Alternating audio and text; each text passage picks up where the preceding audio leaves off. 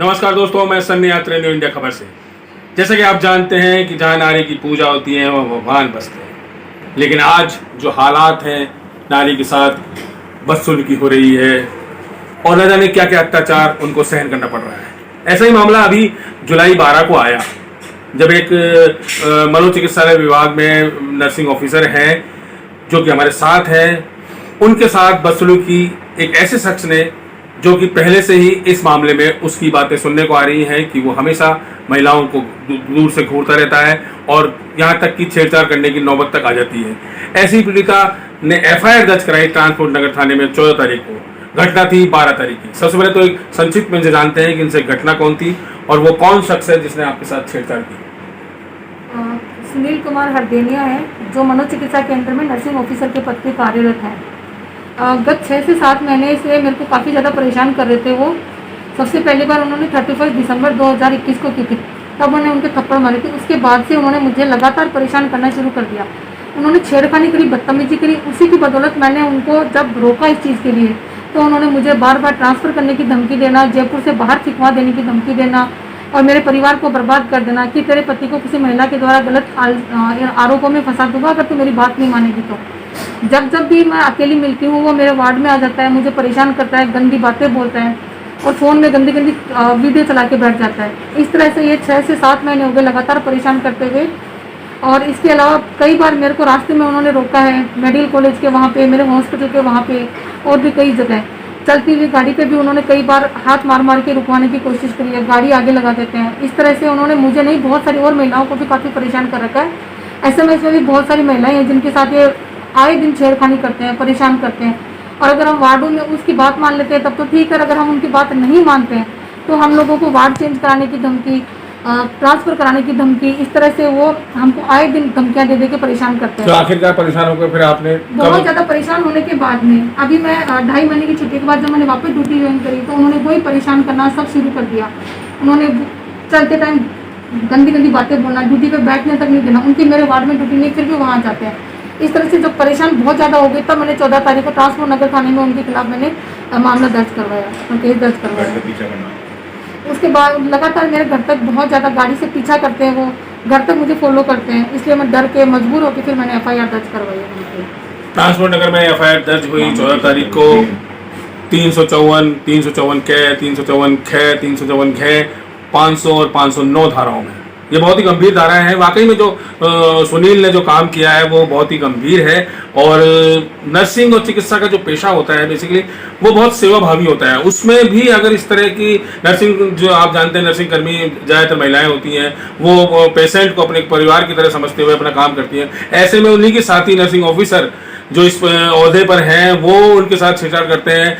जब पड़ताल की गई तो ये बहुत सी मतलब दुखद सामने आया कि SMS अस्पताल में भी उन्होंने किसी के साथ छेड़छाड़ की थी और उनके परिवारजनों के साथ गंभीर रूप से मारपीट की थी। दूसरा मुकाबला अभी एक और FIR दर्ज हो गई है स्वास्थ्य भवन में, एक महिला नर्सिंग कर्मी है। सबसे पहले तो तारीफ करनी होगी इनकी कि इन्होंने हिम्मत दिखाकर, क्योंकि इनके साथ ये घटना 6 महीने से लगातार हो रही थी, 6 महीने में कि इन्होंने अपने आप हिम्मत जुटाई और सबसे बड़ा साथ इनका दिया इनके पति रविंदर जी ने। रविंदर जी, आपसे कहूंगा कि एक बार थोड़ा नजदीक आए। आपको ये घटना कब पता चली और फिर आपने हिम्मत दी अपनी पत्नी को और FIR के लिए प्रेरित किया? जी, इसने मेरे को एक बार फरवरी महीने में एक बार मेरे को बोला था कि भाई ये सुनील है जो कि आपके बताओ राजस्थान नर्सेज एसोसिएशन का महामंत्री बताया जाता है। अच्छा। अपने पद का दुरुपयोग करता है कि आज मेरा ये मानना है कि आज आप किसी एसोसिएशन को, आज किसी आप यूनियन को साथ लेके चल रहे हो तो उसका मतलब ये है कि आप अपने उन जितने भी आपके साथी जो लोग हैं उनके हितों के लिए आप आगे काम करें। किसी पद का मतलब यही होता है, लेकिन पद का मतलब ये नहीं होता है कि आप उनकी बातों को नहीं माने तो आप उनको डराएं, धमकाएं, उनको ट्रांसफ़र करने की धमकी दें। अगर आप तो आप उस पद की गरिमा को गिरा रहे हैं। तो जैसा कि मुझे इसने एक बार बताया कि भाई है ना, मेरी गाड़ी को इसने रुकवा लिया है और मेरी गाड़ी पे इसने मुक्के मारे हैं और मुक्के मार के मेरे को गाली गलौज और अपशब्द बोल रहे हैं। तब मुझे पहली बार पता पड़ा तो मैंने उनको समझाया भी मैं ठीक है, कोई बात नहीं। जैसे मतलब कई बार चीज़ें ऐसी होती है कि आपकी यूनियन की कोई बात है, कैसे है। फिर बहुत टाइम तक तो इसने बताया नहीं, कहीं परेशान रहने लग रही थी, कब बताया। फिर इसने मेरे को अभी जब ज्वाइनिंग दोबारा की इसने, जब इसका ऑपरेशन हो उसके बाद जब इसने दोबारा ज्वाइन किया तब इसने मुझे बताया कि भई ये मुझे 6 महीने से भयंकर इस तरह से परेशान कर रहा है कि मैंने उसको थप्पड़ भी मार दिए थे। मतलब एक बार मेरे साथ इतनी बदसलूकी की मैंने उसको थप्पड़ भी मारना पड़ा और मेरे साथ ऐसे पीछा भी करता है, सारे काम इसी तरह से बताए।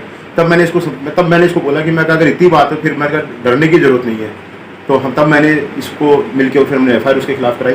FIR कराने के बाद में और एक और FIR उसके खिलाफ हुई है। तो जैसा कि देखा कि इनके पति ने बाकायदा वास्तव में अपनी पति धर्म को निभाते हुए इनकी मतलब बेहद सहायता करी।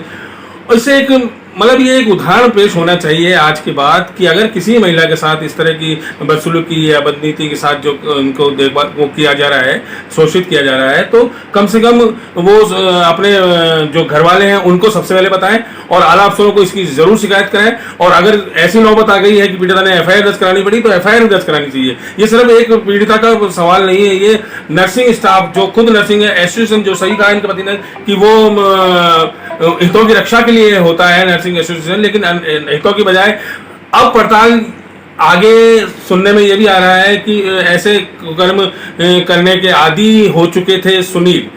अब ये तो इनका मनोचिकित्सक में है, मानसिक इलाज भी होना चाहिए कि आखिर मतलब इतनी हिम्मत कैसे कोई ऑफिस में बदतमीजी, ऑफिस में घूरना, गाली गलौज करना, उसके बाद उसका पीछा करना। ये एक महिला के साथ नहीं किया उसने, ये कई महिलाओं के साथ किया है। जहां तक ट्रांसपोर्ट नगर थाने की बात है, अभी हाल फिलहाल तो जो अभी थोड़ी देर पहले ही न्यू इंडिया की खबर की बात हुई थी, वहाँ के IO जो कमलेश हैं वो देख रहे हैं इसको। उन्होंने 151 में, हालांकि FIR तो गंभीर धाराओं में दर्ज हुई है, 151 में उसको गिरफ्तार उसी दिन कर लिया था, लेकिन अब 151 में आप जानते ही हैं कि जमानत हो जाती है। अब जब दूसरी FIR भी दर्ज हुई है, वो महिला भी शायद न्यू इंडिया खबर आपके सामने उनकी आप बीती लेकर आएगा। लेकिन हमारा तो यही अपील है कि अगर इस तरह के आसपास जो क्षेत्र जो लोग हैं, नर्सिंग स्टाफ है, नर्सिंग कर्मी हैं, वो उनको ये चाहिए कि ऐसी महिलाओं की मदद करें, ना कि उनको हतोत्साहित करें। बहुत मुश्किल होता है कि एक महिला वाकई में अपने साथ जो शोषण हो रहा है, जो छेड़छाड़ हो रही है, उसके बारे में बताए। लेकिन रविंद्र जी का भी बहुत बहुत आभार कि उन्होंने एक पति के रूप में एक उदाहरण पेश किया। अब ऐसा ना हो और ट्रांसपोर्ट नगर थाना जो कि अभी मात्र 151 में बंद करके उसको जमानत पे छोड़ दिया है। अब तफ्तीश जब बात हुई तो बोला तफ्तीश जारी है, बयान होने हैं, जो भी है जो उनकी कानूनी प्रक्रिया है उसको जल्द से जल्द पूरा करें। और अभी पीड़िता ने आला अफसर से, प्रिंसिपल सेक्रेटरी से ही मुलाकात की है। मंत्री ने भी उनको इस बात के लिए प्रोत्साहित किया है कि नहीं, हम आपके साथ अन्याय नहीं होने देंगे। हो सकता है कोई बड़ा फैसला सोनी के खिलाफ भी आ सकता है। तब तक के लिए नमस्कार।